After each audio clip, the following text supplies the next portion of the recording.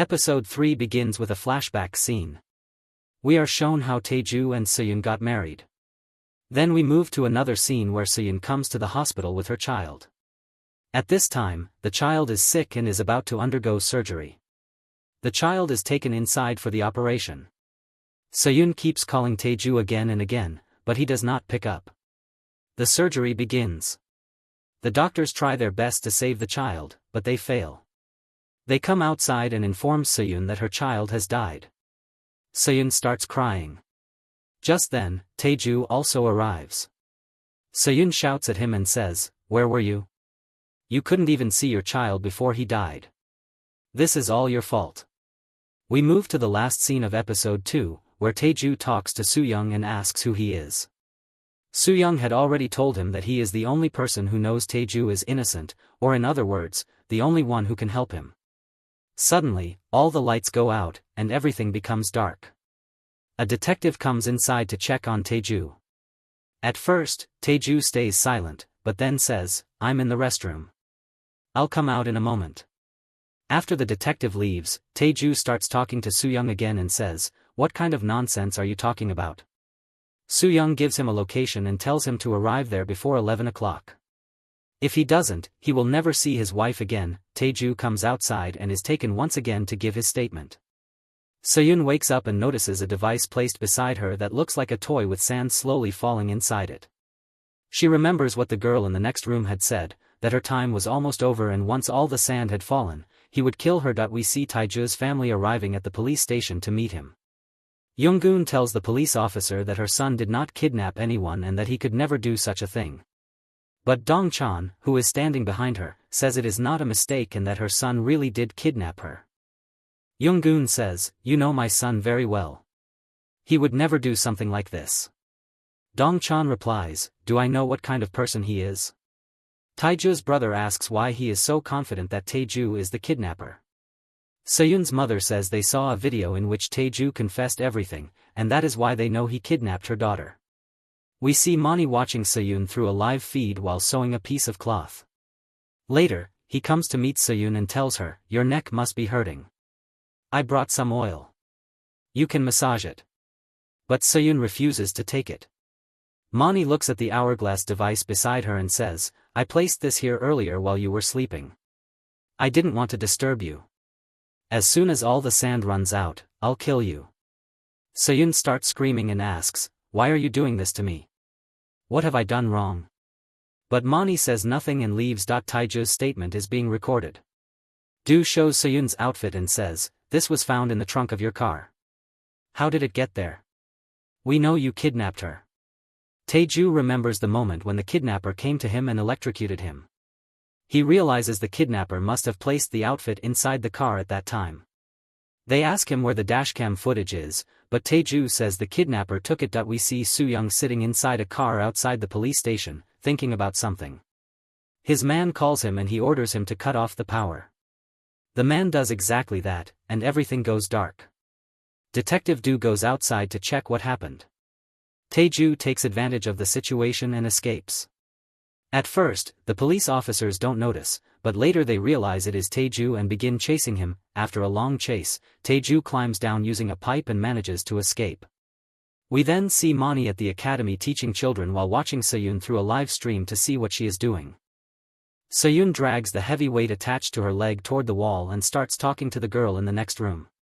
She says, "The kidnapper is doing all this to me. I kept thinking and realized I must have done something wrong.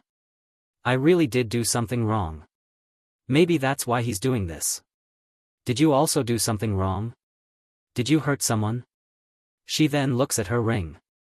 The police check the CCTV footage and discover how Tae Ju escaped. Later, they come outside where Tae Ju's family is waiting and asking what happened. The officers inform them that Tae Ju has escaped. Dong-chan tells Tae Ju's mother, "If your son is innocent, then why did he run away?" But Tae Ju's mother says, "He must have had his reasons." We see Tae Ju arriving at the hospital. He speaks to the security guard, who asks where he is going. Tae Ju replies that he forgot something in his office and came to collect it. He enters his office, picks up his clothes along with a few other things, then goes into the operating room and takes some instruments such as scissors and some medicines. As he is about to leave, Choi appears and asks, "What are you doing here?" Tae Ju says he came to collect something. He wants to tell Choi that Seohyun has been kidnapped, but instead asks if he can borrow his key. Choi is about to hand it over when Dongchan calls him and asks if Tae Ju is there. Choi confirms. Dongchan tells him everything that happened and says the police are on their way, so he should stop Tae Ju. Tae Ju understands everything. He hits Choi on the head with his bag, takes the key, apologizes to him, and runs away. Although the security guard tries to stop him, Tae Ju somehow escapes and drives away. We see Moni entering a restaurant to help an elderly woman because she had called him earlier. However, Moni notices that she has a granddaughter and starts looking at her, as if he might kidnap her as well. The police arrive at the hospital and question Choi and the security guard about what happened. They explain everything. Dongchan tells Detective Do all the things Tae Ju stole from the hospital and warns him that if anything happens to his daughter, there will be consequences. We return to Seohyun. The girl next door is still talking to her and says that the kidnapper called her husband and told him she had been kidnapped, but he didn't seem to care. Seohyun says the kidnapper could be lying, but the woman replies that he isn't because she had argued with her husband before coming here, and he even said he didn't want children. Then she says, "But when you were talking on the phone, your husband was crying. Was that your husband? He really cares about you.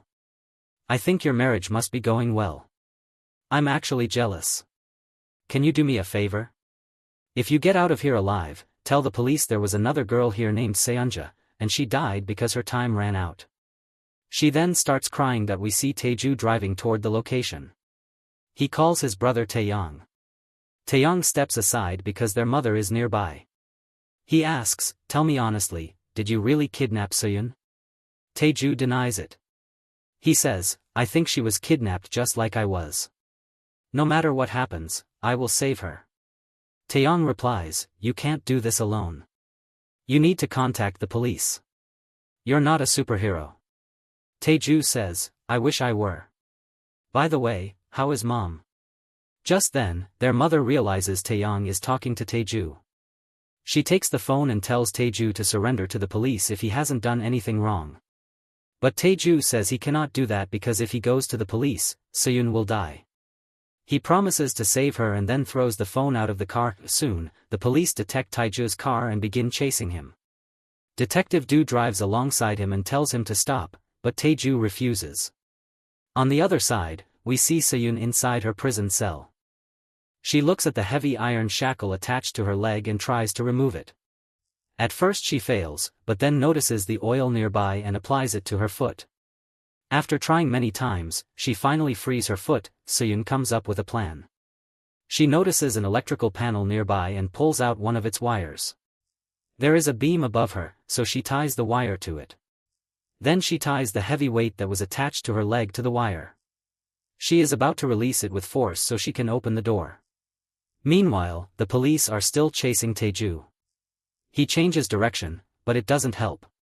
A police car crashes into his vehicle, causing the airbag to deploy.